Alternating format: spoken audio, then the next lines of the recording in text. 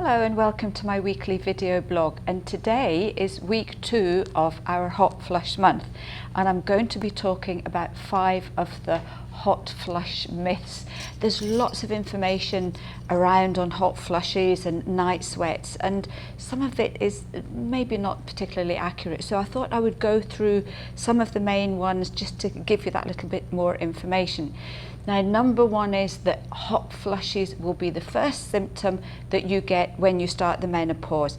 This is definitely not the case. I would say at least 50% of women will not experience hot flushes as a first symptom. Very often today, a lot of women will start to get menopausal symptoms in what we call the perimenopause. So this is the run-up to the menopause.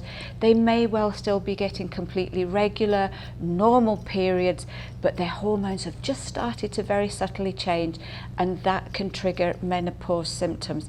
And it could be anything. You know, every woman is going to be very, very different. So the first rule is that you could end up with other symptoms first, and very often you don't associate them with the menopause. So all I would say here is if you're around about the average age, 45 to 55, even if you're starting to get regular periods and you're suddenly starting to notice a change in your general health, then that may be an indication that you're starting the approach to the menopause. And as I say, hot flushes may be way down the list before they appear. Myth number 2 is that every single woman will get a hot flush. Again, this isn't the case. We've discovered that roughly 25% of women won't experience hot flushes at all.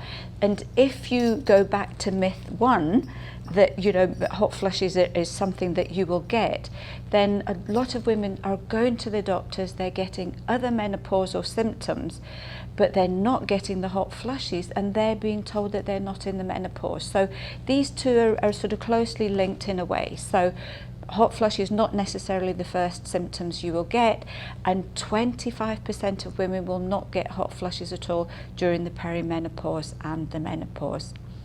Myth number 3 is that hot flushes feel all the same, that every single woman will get the same type of hot flush.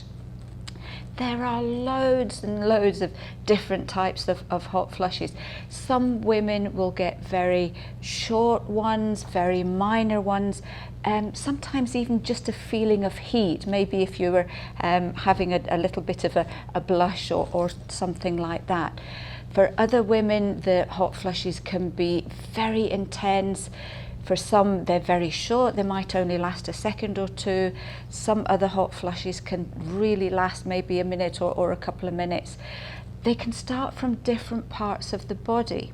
Some women find that they just get a hot flush maybe from here on up. Some women tell me that they can feel a tingling in their hands, and it starts from their fingertips and works all the way up to the face and to the head. For other women, they've told me that they basically get them from the tips of their toes to the tops of their head, that they just get a complete and utter total flush right the way through the body. You might find too that some women get a little bit of a warning about the hot flush. They may find that they start off with a little bit of a tingling, and then the actual flush will start. So there's a great variety of hot flushes around, and certainly not all of them are the same or feel the same. Myth number 4 is that hot flushes are hormonal and only appear at the menopause. One of the really interesting things is that anybody can get hot flushes and night sweats. We've had young men coming to us with hot flushes and night sweats. Young girls, even in their teens, can sometimes get hot flushes and night sweats. And middle-aged women and men who are not women who are not in the menopause can get hot flushes and night sweats. They are very often caused by the nervous system overreacting to something. And this is a very important point to make note is that even if you're going through the menopause and your flushes are mainly hormonal, some of them that you're getting may well be due to an overly stressed nervous system.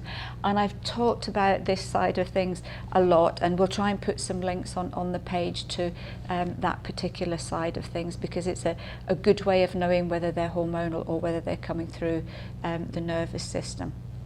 Myth number 5 is that once you start hot flushes, you will get them for years and years and years. We're having women come to us now who are in a total panic because someone has told them that their hot flushes and their menopause is going to last for 10 years, and they're just thinking the worst. For the majority of women, your menopausal or perimenopausal symptoms are going to last for about 3 to 5 years from start to finish. And that's if you get them at all, because there's a lot of women don't really have any symptoms in any case. But for the majority of women, they're not going to last for years and years and years. Some women find that their hot flushes will just last for a part of the menopause. They may find they get them for a year and then they disappear, and then maybe some of the symptoms come along instead. So I don't want you going away thinking that once you get hot flushes that you're going to be saddled with them for a long, long time, because for the majority of women that's not going to be the case.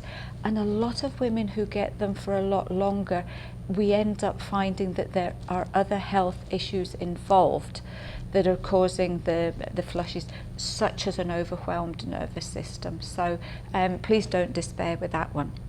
Now, next week, which is week 3 on our hot flush month, I'm going to be asking, are your hot flushes normal? Because some women are panicking about the way they feel when they get a hot flush. So I'm going to go into that in a little bit of detail. Hopefully this has given you a little bit more information that can help you cope a little bit better. So, and see you next week for another edition of A.Vogel Talks Menopause.